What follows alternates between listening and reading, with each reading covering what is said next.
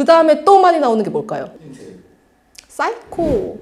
패스. 아, 사이코패스. 근데 내 남편이 사이코패스인다라고 안 쓰겠지. 범죄자라는 거잖아요. 안녕하세요. 이혼 전문 박은주 변호사입니다. 2022년도 이혼 소송에서 많이 나오는 유행어에 대해서 제가 좀 설명드려 볼게요. 매년 유행어가 있나 보네요. 아, 근데 내가 정한 거야, 그냥. 그런 거 없어. 소장을 가지고 오시거나 아니면 이혼 상담을 하시면서 반드시 나오는 얘기들이 있죠. 요즘에 정말 많이 나오는 것들이요. 자기는 배우자한테 연태까지 가스라이팅 당했다는 거예요. 소장에서 이렇게 써요, 여러분. 가스라이팅 한글로 쓰고 가로치고 가스라이팅. 도대체 가스라이팅의 의미가 뭔지라고 계속 찾아봐요. 뭘까요, 여러분? 타인에 의한 심리적 지배 상태, 그냥 깔끔히 말해서 내가 내 생각대로 결정할 수 있는 능력이 없고 타인에 의해서, 뭐 연인에 의해서, 그 다음 배우자에 의해서 심리적으로 지배를 당해서 생활하고 있는 상태가 지속됐다. 라는 이런 거고요. 그 다음에 또 유행하는 거는 내 배우자는 나르시시스트입니다. 이 얘기 처음 듣나 봐. 정말 많이 들어. 나르시시스트래. 그 다음에 또 많이 나오는 게 뭘까요? 힌트. 사이코. 패스. 아, 사이코패스. 근데 내 남편이 사이코패스인다라고 안 쓰겠지. 범죄자라는 거잖아요. 사이코패스 말고 소시오패스입니다. 그쵸? 소시오패스입니다라는 얘기를 되게 많이 해요. 이 세 단어는요, 내가 상담하면은 10번 중에 8번은 나오는 얘기예요. 그래서 요즘에 막 그런 거 되게 많이 유행해요, 여러분. 내가 혹은 배우자가 나르시시스트인지, 그 다음 내가 가스라이팅을 당하고 있는지, 상대방이 소시오패스인지, 이런 거를 체크하는 자가진단 테스트가 있잖아요. 오늘 다 같이 해봅니다. 댓글을 달아주세요. 근데 이게요, 사실은 다 비슷비슷한 거거든요. 가스라이팅 뭐야, 가스라이팅은? 배우자한테 그러는 거. 되게 나약하고 열등한 존재야. 그러니까 너는 내가 시키는 대로만 해야 돼. 내 말이 맞으니까. 나르시스트를 뭐라고 생각해요? 응. 그런 거잖아요. 뭐 나르시즘 막 이렇게 얘기를 하잖아요. 근데 요즘에 나오는 인간에 대한 나르시시스트는 뭐냐면요. 나는 무결점인 사람이야. 나의 생각과 행동에는 전혀 잘못이 없고 나는 완벽한 사람이야. 그래서 무슨 갈등이 있었을 때 무조건 잘못한 사람은 배우자 너야.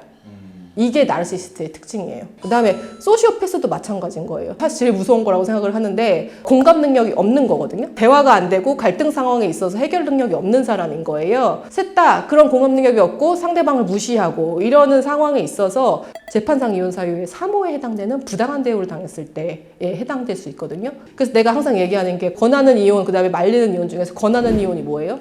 상대방에 대한 무시. 이게 사실은 제가 항상 권하는 이혼인데, 근데 배우자로서는요, 처음에는 무시당한다고 생각하지만 나중에는 나조차도 의문이 드는 거예요. 내가 잘못한 게 아닐까? 항상 나는 비난받는 존재이기 때문에 어떤 일에 대해서 적극적으로 행동하지 못하고 자존감이 굉장히 많이 바닥을 치서 떨어지는 거예요. 그러면은 만성적인 우울증, 무기력 이런 것들이 장기간 지속이 되는 거죠. 근데 그런 사람들의 문제점이 뭐냐면요, 그게 배우자뿐만 아니고 자녀한테까지 똑같이 이루어져요. 자기 뜻대로 되는 애기들이 어디 있어요. 애기들이니까 애기의 특성들이 있잖아요. 근데 자기 뜻대로 되지 않으면은 너는 나쁜 아이야. 넌 나쁜 행동을 하는 거야. 그거를 아이들한테 똑같이 주입을 해요. 그러면은 아이도 그 배우자와 마찬가지로 자존감 하락. 자기는 부족한 사람, 나쁜 아이. 나는 왜 그럴까? 그런 상황이 평생 자기 이제 성장 과정에서 그렇게 있으니까 정상적으로 성장하지 못하는, 난 되게 크게 생각하거든요. 그거를 사실은요. 그런 사람들의 특징 또 하나는 뭐냐면요, 거짓말을 굉장히 잘해요. 자기가 뭐 예를 들어서 남편한테 그 전날 폭언을 듣거나 맞았어. 그거에 대해서 증거는 뭐가 있어? 결국에는 문자나 아니면은 카톡이나 아니면은 대화로서 당신 나 때렸잖아. 당신 나한테 욕했잖아. 그러면요, 그 사람은요, 상대방은요, 눈 깜짝 안 하고 내가 언제 그랬어? 왜 당신 거짓말해? 이렇게 나와요. 소름 돋죠? 100% 그래요. 모든 이런 상황을 만든 거를 상대방 탓으로 돌린다는 거죠. 그러면은 증거도 확보할 수 없는 상태에 이 사람은 미치는 거거든요. 그리고 그런 성향들은 사회생활 굉장히 깔끔하게 잘해요. 그래서 사회적으로 굉장히 좋은 평가를 받는 사람이 되게 많아요. 이혼 소송을 제기를 해서 가사조사라는 걸 실시를 하잖아요.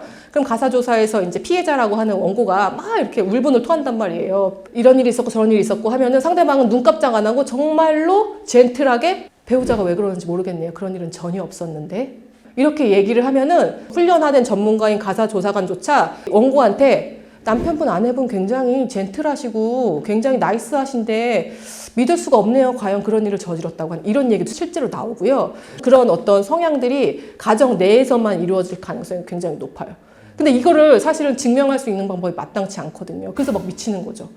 되게 심각해요. 이런 것들은요, 원래 사실은 나르시시스트도 자기애성 인격장애라고 하고, 그 다음에 소시오패스는 반사회성 인격장애라고 하거든요. 사실은 그런 성향들은 항상 예전부터 존재를 했던 거죠. 그 실상을 보면은 배우자를 동등한 인격체로 존중하지 않고 무시하고 그러는 배우자의 성향이 전제가 된 대부분의 사건들이거든요. 못 살아요, 이거는. 그래서 소송에서 이기기 위해서는 조금 시간적인 게 필요해요. 어떤 거냐면 내가 더 이상 못 살겠고 이혼을 결심하셨다고 하면은 잘 추천드리진 않는데 그 일상생활 중에 그런 이벤트들이 계속 발생을 하기 때문에 그때그때마다 증거를 취득하기 되게 어렵거든요. 대신에 그날 있었던, 그 전날 있었던, 최근에 있었던 일에 대해서는 최대한 상세하게 기재를 해두세요. 소장 내용에서 그 내용들이 반영돼서 나중에 가사조사를 했을 때 이런 것들을 좀 더 구체적으로 얘기할 수 있게. 그리고 잘 추천은 안 드리는데 정 힘드시면은 녹음기 설치하시는 거 사실은 저는 그 녹음기 설치가 요즘에 문제가 좀 되잖아요. 우리가 이혼하려면 어쩔 수 없어. 여기서 벗어나려고 하면은요, 증거가 중요하고 침실이나 거실이나 이런 데에 녹음기 설치를 해두시고, 제가 봤을 때 일주일만 그렇게 해두시면은 그 사람들은 맨날 와가지고 상대방을 괴롭히기 때문에 그런 것들이 많이 나오게 되어 있거든요.